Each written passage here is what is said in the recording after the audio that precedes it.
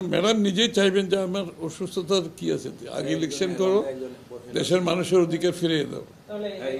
দেশনেত্রী বেগম খালেদা জিয়া প্রথম ব্যক্তি হবেন যিনি চাইবেন দ্রুত নির্বাচনের মাধ্যমে দেশে গণতান্ত্রিক অর্ডার ফিরিয়ে আনা, মানুষের মালিকানা অধিকার এবং মালিকানা ফিরিয়ে আনা, যার জন্য উনি নিজেও আজকে মৃত্যুর সম্মুখীন।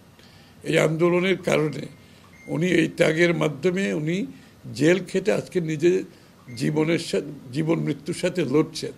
উনিও চাইবেন দ্রুত নির্বাচনের মাধ্যমে বাংলাদেশের অধিকার, মানুষের অধিকার ফিরিয়ে দাও, গণতান্ত্রিক অর্ডার ফিরিয়ে জনগণের নির্বাচিত সংসদ সরকারের মাধ্যমে দেশটা এগিয়ে যাক। তারেক রহমান না আসার প্রশ্নটা কারা করছে আমি তো বুঝতে পারছি। হ্যাঁ, যারা আলোচনা করছে তারা আলোচনার মধ্যে থাক। আর আমরা জানি তারেক রহমান সাহেব আসবেন, সহসা দেশে ফিরবেন। ওনার বাড়িঘর সব প্রায় শেষের দিকে, ওনার অফিসের কাজও প্রায় শেষের দিকে, এবং ওনার বাংলাদেশে যে পরিকল্পনা আছে সবগুলো ভালোভাবে এগুলো পরিকল্পনাগুলো সব দলের পক্ষ থেকে, ওনার পক্ষ থেকে আমরা শেষ করে ফেলেছি। সুতরাং উনি যে কোনো সময় বাংলাদেশে আসবেন। আর যারা গুঞ্জন করছেন তাদেরকে গুঞ্জন করতে দেন, অসুবিধা নেই। গুঞ্জনেরও তো কিছু লোক লাগে বাংলাদেশে, তো তাদেরকে গুঞ্জনের মধ্যে থাকতে দেন। এটা এবং গুঞ্জনের পিছনে যারা অন্য চিন্তা আছে কিনা সেটাও আমি তো জানি না। সুতরাং এই সমস্ত গুঞ্জনের উত্তর দেওয়ার আসলে কোনো মানে হয় না, এটা শেষ।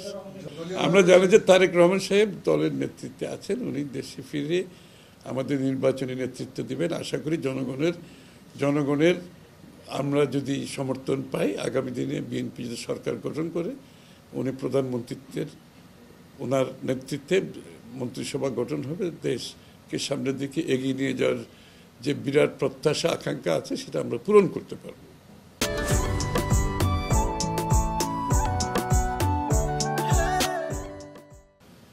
সেটা আমার দলের মধ্যেও তো অনেকগুলো মনোনয়ন এখনো বাকি আছে, এবং আমাদের সাথে যারা যুগপৎ আন্দোলনে ছিলেন তাদের অনেকগুলো এলাকা নিয়ে আমরা আলাপ আলোচনা করছি। এটা তো শেষ হয় নাই, এখনো প্রায়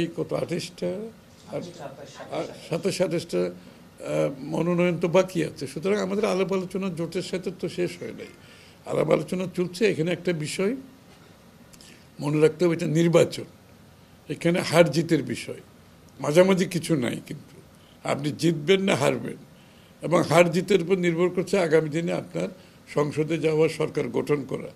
সুতরাং বিষয়টা অত্যন্ত গুরুত্বপূর্ণ। আমরা দেশের দলের ভিতরে, দলের বাইরে যাদেরকে এখানে মনোনয়ন দেওয়া হবে, যে সে যাতে নির্বাচনে জিতে আসতে পারে।